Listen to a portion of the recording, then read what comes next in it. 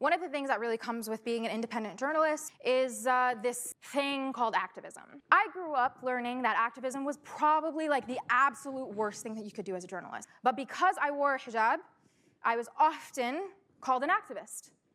It was only recently that a friend of mine literally called me out on that, and she was like, but you always have been an activist because you've always wanted your stories to create change. That's true. And I think now a lot of independent storytellers tout the title activist. I still can't bring myself to do it, but that's my own programming.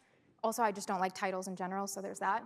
This headline up here, Blurred Lines, Journalism or Activism, that's from an article that I wrote 11 years ago. The reason I wrote that article was because I had been reporting very objectively, transparently about the deaths that were happening in Gaza 11 years ago. And somebody in the newsroom called me out for being an activist. And I said, how am I being an activist? I'm literally reporting on a death toll. And then I realized, oh my gosh, when you tell empathetic stories around Arabs and Muslims in the US, it's often lumped into activism. But I like to take the Christiane Amanpour approach. When Christiane Amanpour was reporting in Bosnia on the Bosnian genocide, which by the way, wasn't called a genocide until 12 years later, she was accused of being pro-Muslim. Her response was, as journalists, we must remain truthful, never neutral, and that we must never draw a false moral equivalence. The first time I read that, I was in journalism school, and that was honestly the best piece of advice that has stayed with me until today.